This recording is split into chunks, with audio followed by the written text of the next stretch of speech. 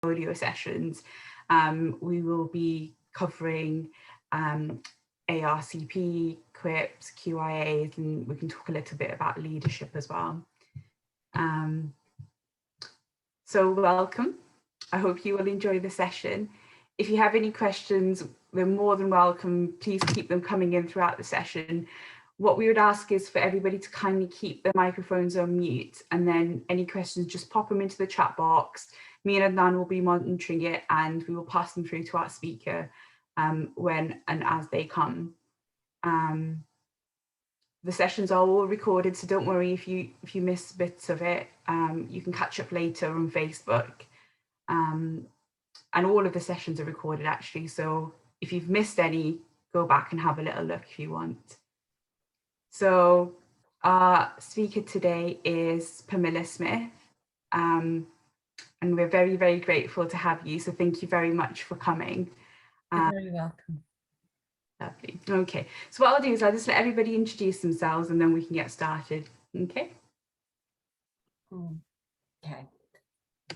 Does anybody else want to introduce themselves before me? Then I can introduce myself and start on the presentation. Yeah, I'm David Palmer. I'm head of school for general practice, and Pam knows everything there is to know about the portfolio and ARCPs.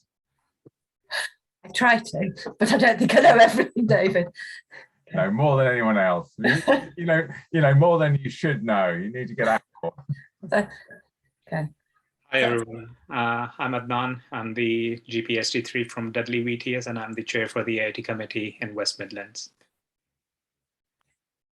Okay. So I'm Pam Smith. I'm a GP. I've been a GP now for over 25 years and work in Bromsgrove, which is North Worcestershire, and the same constituency as our current health secretary, who avoids the difficult questions I ask him, and with great vigour. I'm, as well as being a GP, I'm also the associate dean for the assessment process, which basically means I manage the ARCP process for the whole of the West Midlands, and make sure that the decisions that are made are equitable and that they're being made consistently across the whole of the country. And we meet regularly with the other deans for assessment to ensure that happens and ensure that the goal guide is followed, and we make decisions fairly. We are a supportive ARCPs. Lots of people get frightened about their ARCPs, but actually we're here to help you through your training, and we want you to succeed, and the ARCP feedback is there to help you to make progress through your training. It's not punitive, and we would encourage you you know, not be frightened and not be worried about the ARCP process. We are here to help. After saying that, it's easy to say don't be worried about it, but we do worry about it because there's lots of information that you need to absorb, there's things that need to be done before your ARCP panels, and so we do understand that it can be anxiety provoking. Now what I have done is put together a small presentation, simply so that at the end you have some facts that you can refer to, because you can have a copy of that presentation. But I'm very much hoping this is going to be quite conversational and you're going to ask questions as we go along. If at the end you haven't asked many questions, I'll assume you know a lot and I'll start asking you questions. So I would encourage you to ask questions as you go along. I'm going to share my screen with you.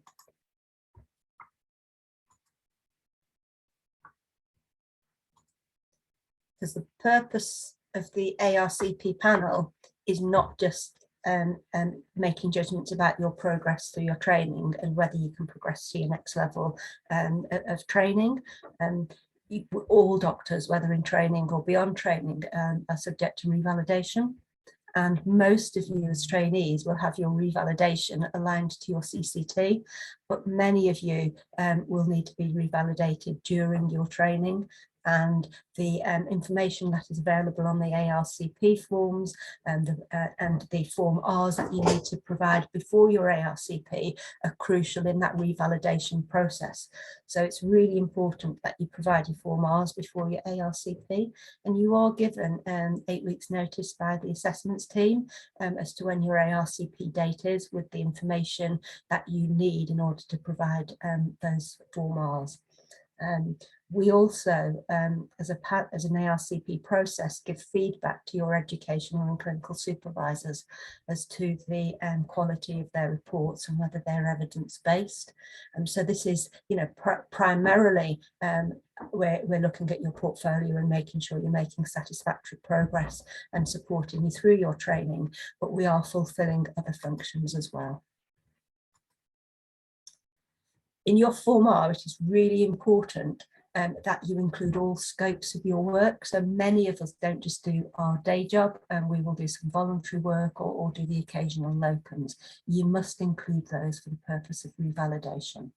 And if there have been any new significant events during the period that's being reviewed at your ARCP, or any previous events that have been unresolved, they should also be included on your form. Time out of training. It's really important that's accurate, because that leads into us recalculating your date of completion of training. And if that isn't accurate, we can often end up with situations where your CCT date is being recalculated very close to your CCT date, which can cause a lot of frustration and anxiety when you've got future jobs to go to. And you are allowed 14 days of time off sick and time out of training before you need to make up any additional time in any training year.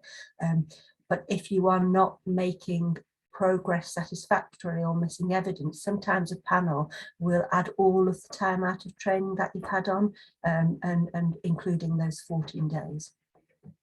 The other thing that we're trying to record through Form Rs is how COVID-19 has impacted on your training. We recognise that the pandemic was unplanned and had significant impact on people's well-being and their training journey. And we want to learn from this so that should something happen again in the future, we can be better prepared not to have adverse impact on your training. So this is a busy slide, and it's just for reference. These are all the different outcomes that you can have from an ARCP panel at the moment. And the ones that you want to be getting are the 1s and the 6s. These are satisfactory outcomes. So ideally, if you're a full-time trainee and you've on a 3-year programme, you'll have 3 ARCPs and you'll get 2 outcome 1s and 1 outcome 6 at the end. And this trainee is very happy in possession of his 2 outcome 1s and outcome 6. But there are other outcomes which we call non-standard outcomes, which suggest that your training journey isn't as it should be. There may be missing evidence, there may have been events happening throughout your training, both within training or outside of training, which has impact on your learning trajectory, and that there may be evidence missing for that reason, or we may need to extend your training. So an outcome 2 is a non-standard outcome where we recognise there is missing evidence, but we feel that that can be made up in the next stage of training. And then outcome 3 is where we extend your training and give you some additional training time. And outcome 4 is when we release a trainee from training. That happens very rarely. Tiny numbers of doctors do not complete their training. So please don't be worried. It's currently less than 1%. So most trainees complete their training journey, even if they do need additional periods of training. How to prepare and make sure that you're that happy trainee who gets the satisfactory outcomes in your outcome 6 at the end. It's really important to be organised. Think ahead. Think about your placement planning meetings and what you need to achieve for your own personal learning, but also what you need to be doing with regard to putting evidence in your portfolio, and plan for those events. If you meet your educational supervisor early in the process when you join at ST1, They will help you. Your educational supervisor is there to support you throughout the whole of your training, and they are a wonderful group of people who are very experienced and have supported many trainees before you. So use their experience and their knowledge. They're very helpful. And your educational supervisors will be GPs who are currently very busy in practice. Book your education supervisor review meetings in advance. Don't wait until a few weeks before that meeting is due. Contact your supervisor and book those meetings, often several months in advance, and have it in your diary. One, it helps your educational supervisor to take that time out of surgery and plan, but it also means you know the date that you're working towards to get your self-ratings and your evidence on your portfolio for that review. This is a summary of what you need for workplace-based assessment numbers in each year of your training, and you need to take into account these are minimum numbers. It's often best to provide more than minimum numbers, but these are the minimum numbers that you require. And you'll notice there are some things on here like the quality improvement and quality activity, which cause a lot of people confusion because they are quite similar, and people get confused between the two. Some of them are straightforward because they're assessment tools which are not unlike the foundation assessment tools you've used before. Safeguarding. It's really important to remember that safeguarding is an annual requirement. Child and adult safeguarding both need to be added on separately. And in ST1, you should be trying to get level 3 child and adult safeguarding certificates on your portfolio. They do stay in date for 3 days. It isn't always possible to get onto face-to-face courses because of COVID, and online courses are acceptable. If you can't get onto courses, you need to provide some evidence of learning and development in those areas, and that can be participatory and non-participatory. I'm not going to go into each of those in detail, but if you look at the college website is a wealth of information as to the different things you can use to demonstrate as evidence for child and adult safeguarding. But it needs to be on every year, and there needs to be a separate one for child and a separate one for adult. Basic life support, again, needs to be provided every year, and it needs to include knowledge of the use of the automated external defibrillator every year. And if that isn't included on your certificate, you don't need to do another course, but you do need to put an entry onto that certificate or log entry showing your understanding of the use of AED. Lots of people ask about the advanced life support. And whether that can count as evidence. Yes, it can if it's done in that year. So if you do an advanced life support course in the first year of your GP training, it will count as the evidence for your basic life support for that year, but it won't count as evidence for the second or third year, even though that certificate is still in date. You need to provide some evidence every year of being able to update yourself in basic life support. And when you're working in practices, it's actually a requirement of the Care Quality Commission that all clinicians are updated regularly on basic life support. Quality improvement and quality improvement activities and quality improvement projects. And it's really easy to get confused between the two because they sound quite similar. And the thing to remember is they are very different.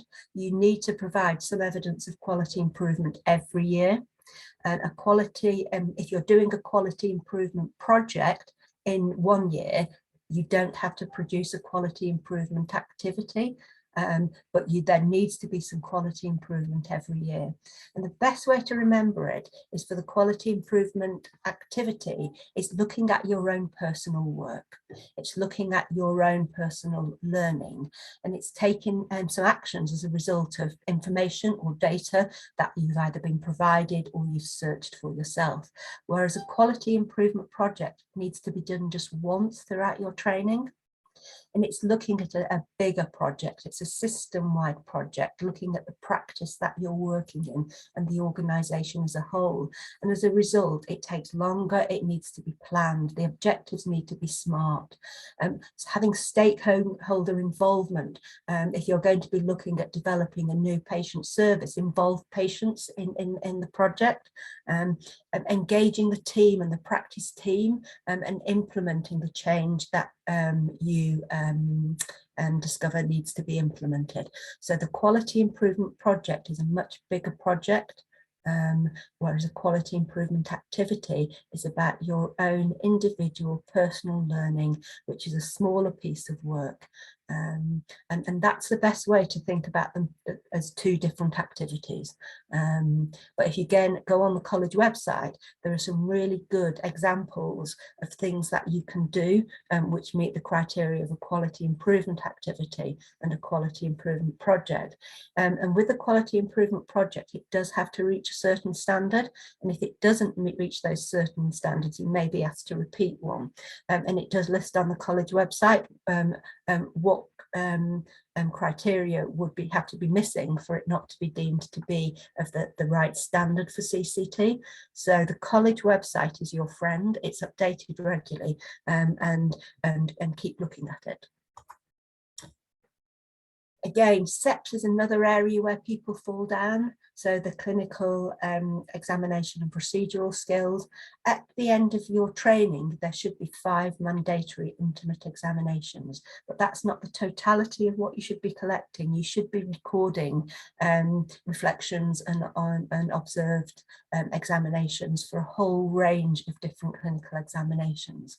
But at final ARCP, when you're approaching your CCT date, there needs to be evidence of the 5 mandatory intimate examinations where you are being assessed as being able to complete those examinations competently and independently.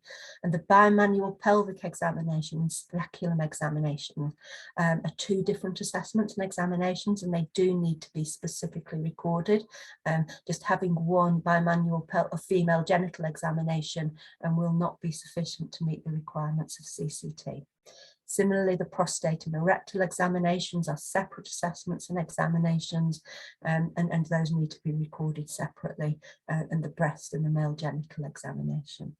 Now, we know that over the past couple of years, lots of trainees have had difficulties getting assessments observed because of COVID, of remote working, and even if you are seeing patients face to face, getting people in to observe those assessments in small clinical rooms whilst social distancing has been challenging. So there are compensatory evidence that we can accept, such as your educational supervisor's comments on learning logs, but your educational supervisor does need to state that you're competent in those examinations before you use CCT. Throughout the whole of your training, we try and be quite holistic and pragmatic regarding the evidence that's present. If you are approaching CCT, evidence needs to be present for all of the requirements.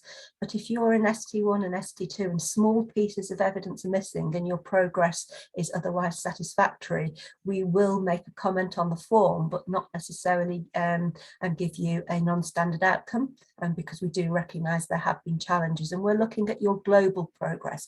We're not microscoping you and trying to find things that are missing and to hold you back as a result of that. We want you to succeed in your training, but we will give you feedback if there is missing evidence. Lots of people have been confused about the outcomes 10.1 and 10.2s, and these were new outcomes that were brought in during COVID, and we still use them occasionally, although not as frequently as we did in 2020. And this recognises that all the evidence may not be in your portfolio, but the COVID pandemic has significantly impacted on your ability to be able to produce that evidence. So doctors who have been redeployed or have had to take prolonged absence from work, or who have had to work remotely because they're also extremely clinical vulnerable and have their own medical conditions. And most of the times there's evidence missing. We just ask you to make it up at a later stage in training, but we give you an outcome 10.1 because this is a no fault outcome and it's recognising the impact of COVID, and it's important to distinguish that from an outcome 2.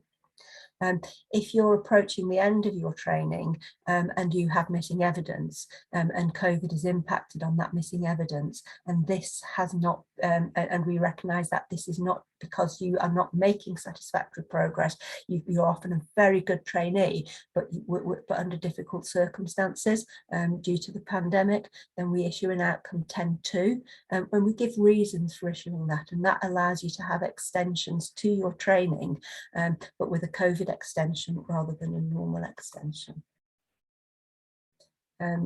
Many doctors who have had to be had to self-isolate and haven't been able to work remotely during COVID have had long periods of time working from home and just working educationally, attending VTS and doing some learning. And as a panel, we have to review that post and make a decision as to whether that should count towards your training.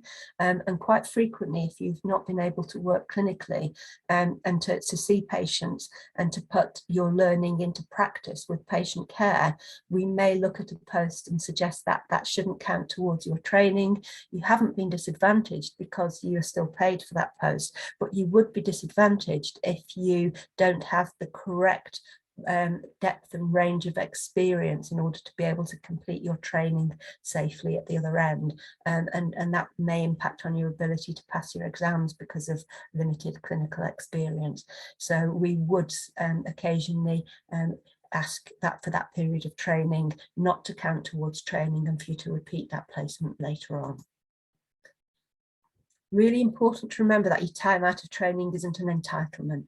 We do occasionally come across trainees who feel that their 2 weeks sickness absence is something that is an entitlement and that they would like to reduce their training time by that.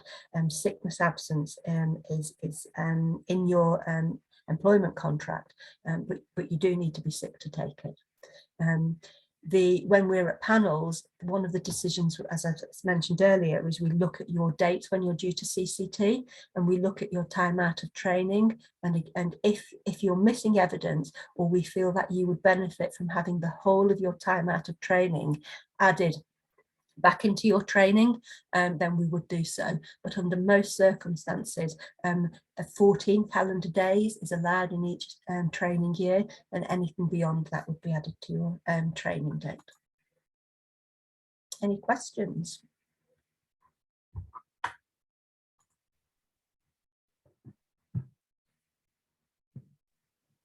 Thank you, Camilla. That's been really useful so far. A couple of questions coming through. The recent one is there any guidance of what goes on the Form R? Where can we find the Form R? Is there any guidance on how to fill it? Do you have?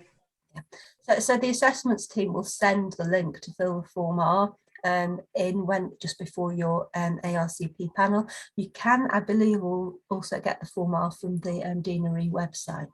The Form R is self-explanatory. It's and it does give instruction in each section as to what to include. We have run into problems with some trainees not including any absence due to COVID, because right at the beginning of the pandemic, trainees were told that they wouldn't be adversely impacted by COVID, and that was interpreted as that absence didn't count, but it does. Any absence needs to be included on the portfolio and the reason for that absence. Okay. And some questions that are coming in about clarification of, do you still need to do a QIA if you've done a QIP? What are the requirements? Are there any requirements that have changed for trainees who are now ST3? So the workplace-based assessment tools changed, and some trainees are now in ST3. and the workplace-based assessment tools they're working with now weren't the same workplace-based assessment tools they started with. So at the moment, a quality improvement project, although it's advised to be done earlier on in your training in ST1 or ST2, it will be accepted from any point in your training, so it can be done in ST3. But there's so much more to do in ST3, and that you're well advised to try and get your quality improvement project done earlier on in your training, to make space and time to be able to do your prescribing, your leadership activity, and you're also preparing for your exams as well. So getting that done early, it's one box out of the way. Absolutely. And the answer about quality, there needs to be evidence for quality improvement every year. If you check the college website, if you've done a quality improvement project in any training year, it isn't necessary to provide a quality improvement activity that year. Thank you. What was you going to say, David?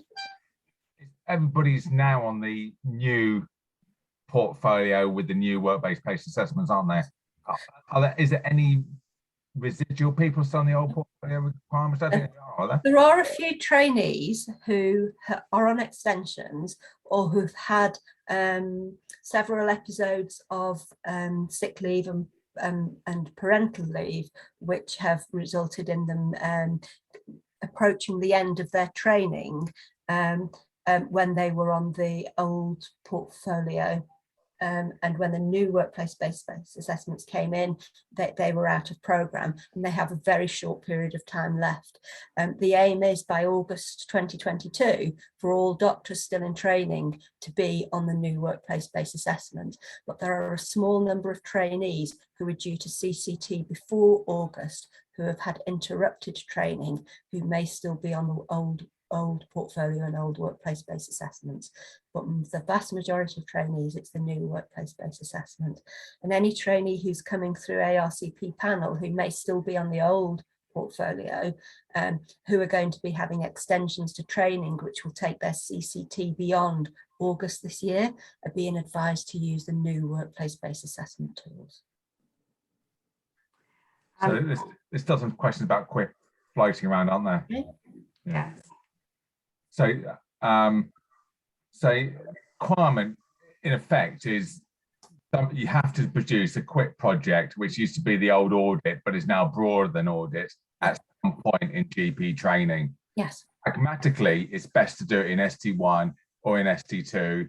And a bit like the old audit, it has to be primary care focused. It does.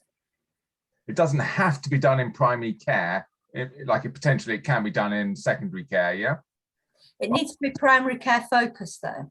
So it needs to be looking at primary care systems, not hospital systems, but you do have many secondary care posts where a good audit would be looking at the interface between secondary and primary care and improving communications between the two, and that would be a perfectly valid quality improvement project to be done whilst in secondary care, which is looking at benefits and improvements for patients in primary care.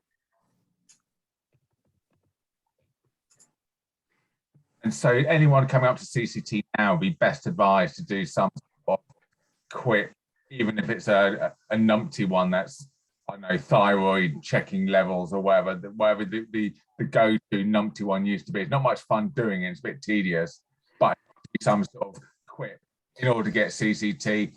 Or you're going to spend more time trying to argue the toss that you couldn't do it because of COVID or whatever. You need to have a quality improvement project before you CCT. 3 quality improvement activities will not be sufficient. I think a lot of the doctors who work through COVID, who have been working remotely, their ability to be able to do quality improvement projects have been limited during that time. But we are now seeing more and more patients face to face. If you're doing a quality improvement project in primary care, it's that some doctors approach it by speaking to their educational supervisor and doing an audit that the practice are planning to do anyway. But it's really, you want to think about what you're going to get out of this educationally as well, and choosing something that you're passionate about, something that you feel is necessary, really, but they don't have to be long and they don't have to take months. An example of a good quality improvement project, one of my trainees a few years ago, we discovered when we did some data collection and audit, the number of patients who were attending for emergency contraception, a very small proportion of them, there was very little, well, there was a little recording about assessing the risk of sexually transmitted disease. And by the nature of the presentation, that should be happening. And so she collected some data, and she surveyed the patients who had recently had consultations to ask whether they were questioned about this, or whether and it was a problem whether it wasn't being done or whether it wasn't being recorded. And she found it was a mix of the two. So what she did is she developed a practice template for our emergency contraception, which included prompts for asking about STIs, and she redid that data collection 6 months after the introduction of that template, and it was 100%. And the doctors who use that template actually recognise that they weren't doing things as well as they could have done the first time, and it's something that our practice still uses 10 years later. So that's a really good example of a quality improvement project, and the original putting it together and designing the template probably took her about a day and a half, and then the repeating of the data analysis further down the line just demonstrated that her change was effective. So it doesn't have to take a long time, but do something that you think is meaningful. Sometimes if you choose audits looking at areas of QIA where the practice are already performing well, there's limited ability to be able to make a change. Yes, loads of questions still about, you know, the difference between QIA and QIP. Are you able to give some sort of basic examples? So think of quality improvement projects. It's a bigger project. You're looking at a bigger organisation. You're looking at a practice. You're looking at changing something within the makeup of that practice, which means that everybody in the practice is going to be working differently. You're making a system-wide change to improve patient care. Whereas a quality improvement activity is often something that we do all the time, but we just don't recognise it. Looking at your own referrals and the outcome of your referrals, how, you know, example, if you think you make a lot of physiotherapy referrals, collect the outcomes from those referrals and see how many patients you referred were actually, it was the correct route to refer them. Did they get treatment? Did they get better? Or were they passed on straight from the physiotherapist to somebody else because they weren't appropriate? So looking at your own data. Yes, recording, if you get feedback from a patient that they were unhappy that you was running late, responding to that patient feedback isn't a quality improvement activity because it's responding to feedback, but actually then going back and looking at how long your consultations are, timing them, how long people wait, trying to analyse why you run late, perhaps restructuring your surgery in a different way so you run to time more, is quality improvement activity, because it's looking at your own personal work, your own personal learning, but you're doing it as a result of data rather than just feedback. Or a significant event isn't a quality improvement activity, or a learning event isn't quality improvement activity. Even though they could be fitted into that criteria, they're completely separate. It's personal learning and personal changes as a result of data. Think about it that way. Does that help? If you organised a significant event meeting and went through all the significant events and delivered it to the practice, and the practice made changes that improved patient care, isn't that a leadership activity rather than a quality improvement activity? Because you're looking at leading a meeting, and yes, you're implementing change, but a quality improvement activity is about your own personal care that you provide to patients and helping you on your journey to be providing the best possible care you can to patients. Yeah, and a project would be more clinically focused of the organisation, not just your own personal care. How to make the practice look after its, I don't know, diabetics better or its rheumatoid patients better. And it wouldn't have to be an audit. It doesn't have to be an audit. That there's lots of things that would count as quality improvement projects outside of audit. Audit, it can be a quality improvement project, but there are many other things that you can do which count as quality improvement projects. And quality improvement projects don't have to be clinical. So a quality improvement project could be, it could just be about enhancing the patient's journey and experience of general practice.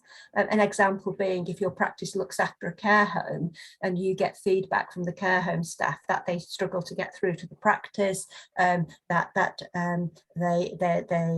they have to wait long times for telephone calls, and you look at the data and you look at the telephone data coming in, and you think that patient care is being impacted by long queues whilst they're waiting, implementing a change, which is a care home email address or a separate option on your telephone line so the care homes can get through more quickly if they're concerned about patients.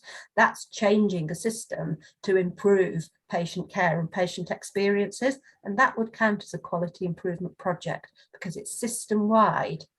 And the end point is improving patient care. There's a point in the chat, isn't there, about someone's created a structured complaint pro forma. I think that would be a quality improvement activity, but if it's part of looking at the whole complaints process and trying to improve the process from a system that maybe didn't work so well to get better results and better patient satisfaction from an improved pro forma, and that could be a project. So whether that would be a quality improvement activity or a project depends on the detail, because if this is, if he's designed this as a result, or he or she, if they've designed it as a result of a patient complaint that they received and they've changed something, but they've implemented it across the practice, but there hasn't been any involvement of the practice during the development of this form or patient engagement, as to whether this is actually going to be effective, or practice staff engagement, the practice manager engagement who manages the complaints. So it very much depends on the detail as to whether that would count as a quality improvement project. The quality improvement project is about wider systems, it's about stakeholder engagement, it's about implementing a change, and it's a planned activity, whereas a quality improvement activity is often retrospective, looking at what you've done and then changing moving forward, whereas a project is something that you plan to do. You identify a problem within the system, you plan to collect some data, as a result of that data you make a change, you involve the people who that change is going to impact upon, and then you implement that change. So it's a bigger project.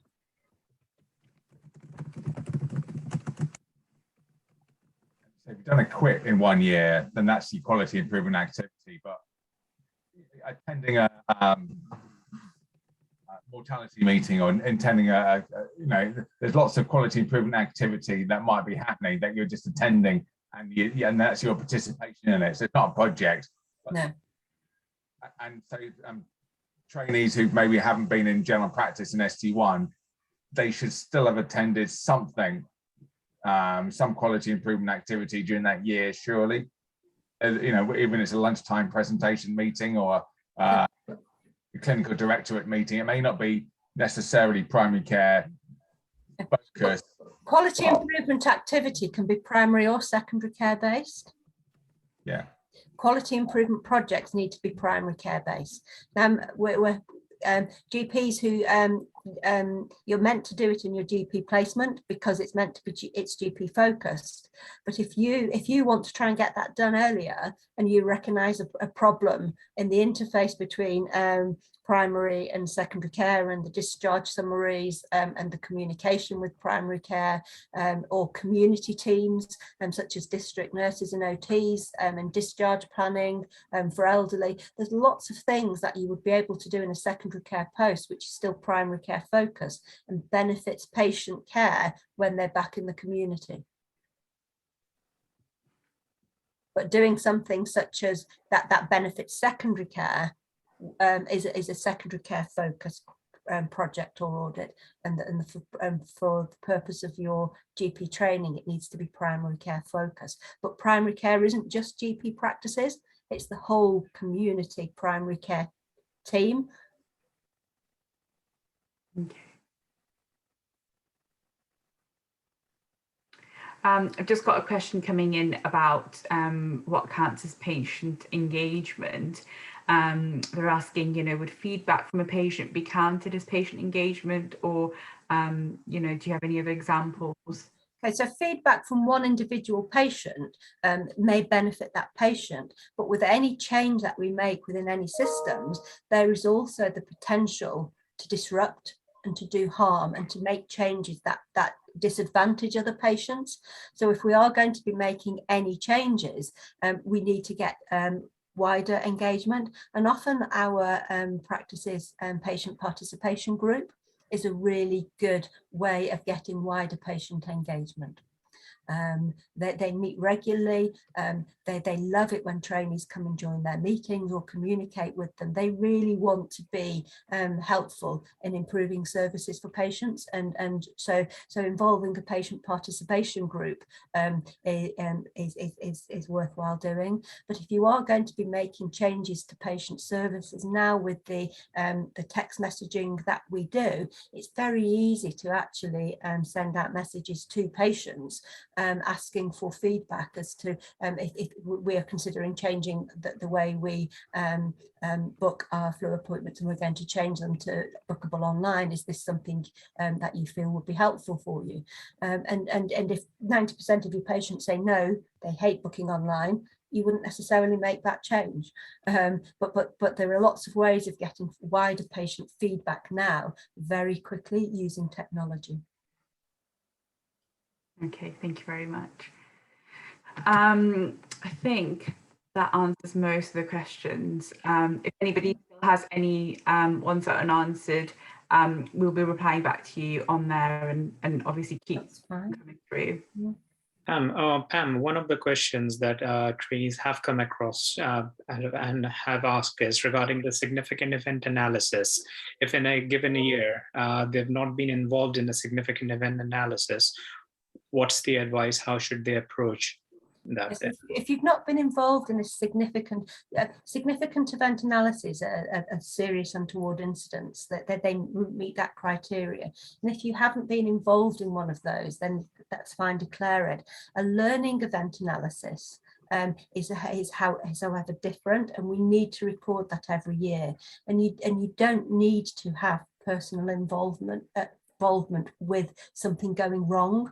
Often it's something going right, or it's attending a practice meeting where you're discussing those events. And it's confusing because in practice we call significant events, they equate to learning events, whereas other organisations use significant events, meaning serious untoward incidents.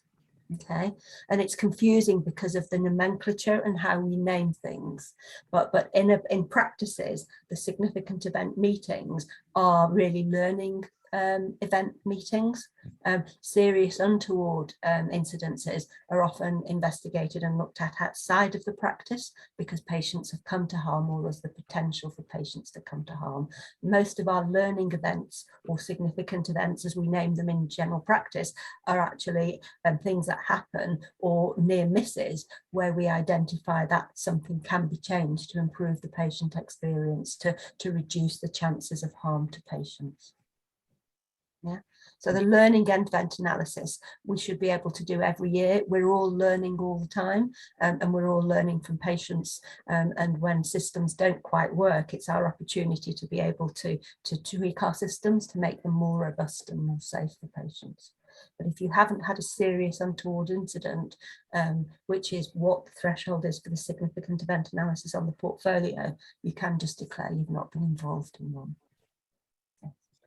That's on the Form R as well, isn't it? That's on the Form R. And if you are declaring a significant event on your Form R, what we do as a panel is we look for evidence in your portfolio that this has been acted on and reflected on appropriately. And it's really important that you do so if you're involved in a significant event, because it's the evidence of that learning from that event and what you're going to do differently, which is really rich. And if you document something in your portfolio which meets the criteria of a serious untoward incident or significant event, that should be on your Form R, and it's not on your Form R, the ARCP may pick that up and discuss that with you and ask you to resubmit a Form R with that incident on there.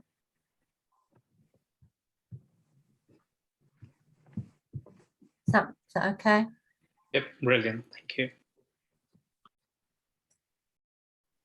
So there was a query. The reason you have to declare other work, like your locum work or voluntary work, is that the Form R is used by Russell Smith, the postgraduate dean. He's your responsible officer, so he covers your behaviour, not just in your training post, but in any clinical situation and in sort of non-clinical situations. So if you get done for drink driving, he needs to know about it, because you're behaving unprofessionally to get caught drink driving and to be drink driving in the first place. If you're doing any other work outside training, he needs to know about it, because he's your responsible officer, even if you're doing a locum in psychiatry or whatever. So that's why the only way of getting that information to be signed off from a GMC revalidation point of view is using the Form R. Yeah. So the ARCP panel is representing your responsible officer, Russell Smith, is representing the college in your process through training, and it's representing the GMC point of view to say that, yeah, your behaviour is, suitably professional and everything else. It's a supportive ARCP, which is quite an influential panel at the same time. But in order for revalidation, you need to provide evidence of learning in all of your roles. So so for GP training, your ARCP process will cover all of your learning for your GP training. If, however, you've previously worked in another speciality and you choose to do locums in another speciality in order to be able to earn a bit of extra money or to help out a struggling department, you still need to provide evidence of keeping up to date within that speciality. And that may not be included in your portfolio for your GP training. So for the purposes of revalidation, Russell may ask you for further evidence of keeping up to date in that speciality. But for the purposes of revalidation, you need to provide evidence of keeping up to date in every role that you hold. And that's the reason why you need to include all the other jobs. There's a question about out of hours. Sorry, I'm jumping in, Aisha. Sorry, apologies. No, it's fine. Yes, I was actually just about to say the same thing. Go ahead. So I say there's no out of hours set numbers of hours requirement in the West Midlands or in England. There is a requirement in Scotland and in Wales, because their contract is different. You have to show capability in urgent unscheduled care.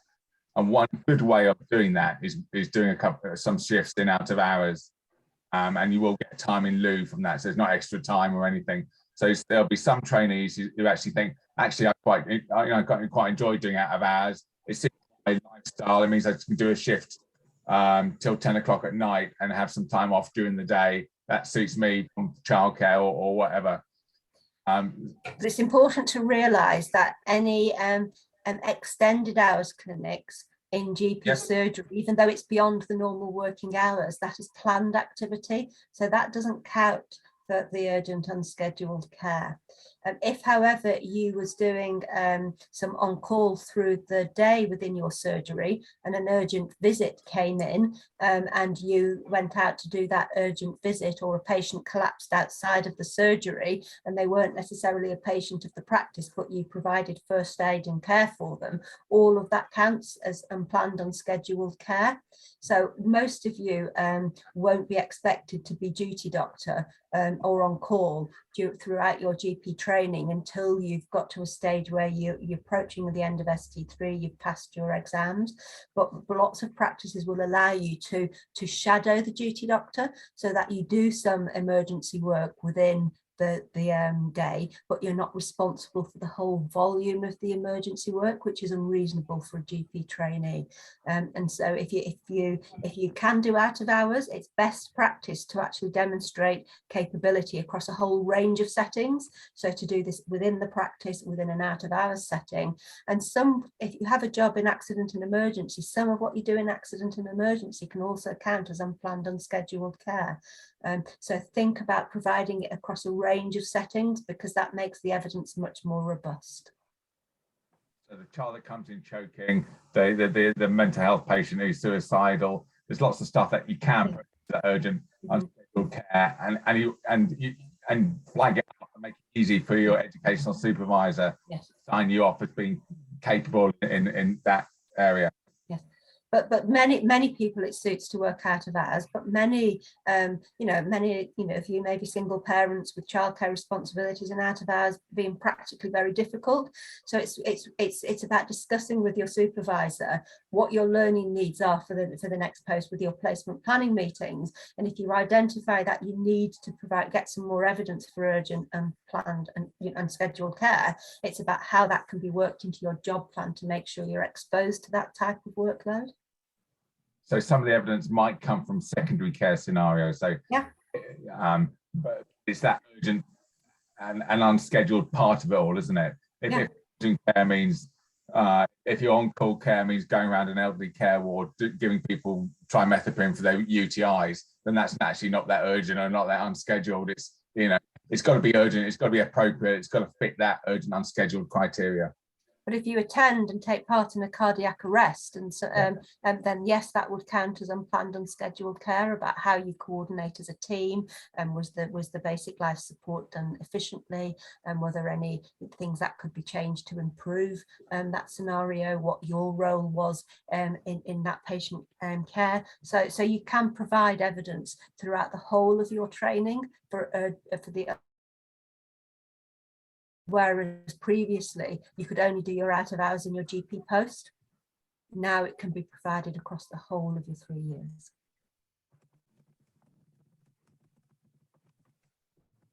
I think somebody's also asking about leadership activities, and if you could give any examples at all, please. So in practice, everybody thinks about us sitting in our surgeries and consulting with patients, and what we do in general practice is far more than that. We have lots of meetings. We have MDT meetings to discuss certain groups of patients, and we run practice meetings. So leadership activity is about looking at all of those other roles that we do, and taking the lead and chairing one of those meetings. And often you'll start off when you're in practice of joining the meetings, of observing the meetings, and then you'll start to partake and start to bring patients to discuss.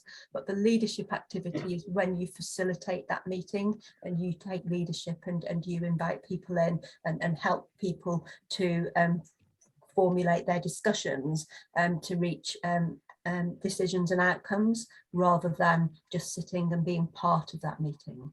Participating in the meeting isn't leadership, but chairing that meeting is. And it may be within the VTS. Yeah. So if you've actually organised a VTS afternoon or a cluster group or whatever, then that's showing some sort of leadership. It may be taking part in an MDT, and rather than just sitting there and saying nothing, actually having a role within the MDP and leading on some of the. Yes. But the leadership activities in primary care are very, are quite prevalent. If you think about the things that we do beyond our consultations, we have regular meetings to discuss palliative care patients, and often in that we're having a multidisciplinary meeting.